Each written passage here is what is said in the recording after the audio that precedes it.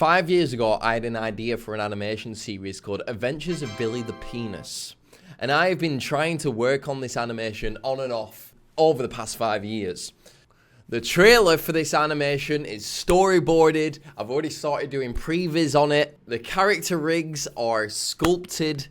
I just need to actually finish animating it. So keep an eye out for a trailer dropping soon for my new series, Adventures of Billy the Penis. It's about a penis that walks and flies and things. They're all walking, flopping penises. But in this video, I'm going to kind of give you a quick update on where we are on this project, but mainly talk about the journey I have taken in making a photorealistic, hyper-realistic walking penis rig, walking penis animation rig. So this, what I'll show you right now, is a current render of who I call Billy. This is Billy the Penis. He's the main guy. He's the main man. On this specific image, I'll say, I can't give him a haircut because I'm scared that if I give him a haircut, if you get what I mean, the YouTube algorithm might pick it up and go, we know what that is.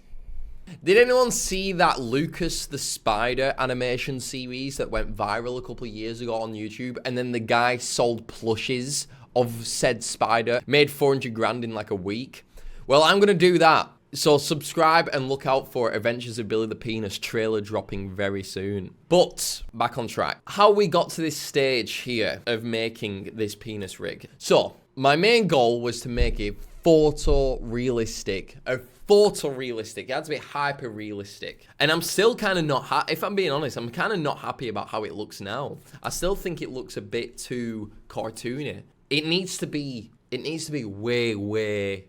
Right, I can't get into it. Right, there's still a bit of work to go. Right, so first off, the first step in making a walking, talking, fleshy, floppy penis, oh my God, is to model it, is to sculpt it, is to go into some software like Maya and ZBrush and 3D sculpt it. Now, I've got very good at 3D sculpting penises because I've done it so much over my life. But this is a bit different because it has to have all the wrinkles, all the skin details in the right place. It has to look exactly like a ball sack. It has to have a lot of detail, which means you have to gather a lot of reference. And my God, you have to gather a lot of reference. I have probably seen more human penises than any other man alive. I've looked at every different type of penis and ball sack in many different forms, many different shapes. I've become a self-proclaimed penis expert. I've studied the ways of the wrinkle. I've studied the ways of the skin, of the flesh. I've studied the ways of the flesh. Sculpting, that's the main thing. Spending time sculpting penises. Sculpting wrinkle using ZBrush alphas. I don't want to get too technical, but now I actually went through 3 different large phases of making this. So this was the first ever Billy the Penis render. This was the first test. Now you can see how smooth it is, how there's not the detail is kind of like random. It doesn't really look that good. It looks a bit too cartoonish. That was made in 2019. This was made in 2019. This was the first initial pass of Billy the Penis. You can just see how smooth it is. Moving forward, I did a kind of another test recently when Clint Jones, if anyone knows the YouTuber Clint Jones Punisher, he was doing a competition and I made a walking penis for that where I took this model and improved it into this model. I did that probably about a year or 2 ago. Now, we're at this stage where I went back to the drawing board. I'm going to sculpt this in even more detail. I'm going to be more methodical about where the wrinkles are and things. And this is currently where the base model is at. So once we have him modeled in his like default T-pose, even though it's not a T-pose, I call it the P-pose. When you make a game character or a when you make a game character or an animation character, you model them in T-pose, don't you? And then you take a character rig, apply that rig to the T-pose so it can move. I can't do a T-pose because my character's not bipedal. It's not a person. It's a penis. So I call it the P-pose. I'm putting it into its P-pose. And this is my penis's this is Billy's P-pose. So I model it and sculpt it in its P-pose. I texture it, which is a very difficult thing. I apply texture to it. I paint veins onto this thing. And then we get into the actual technical things, because the modeling and the texturing is really easy. That's the easy stuff. The hard stuff is making it walk, is making it move. And not only making it walk and move, having it in a fleshy, simulated way where the balls will hit the ground and flex and ripple and and something bounces into it, it like flops around.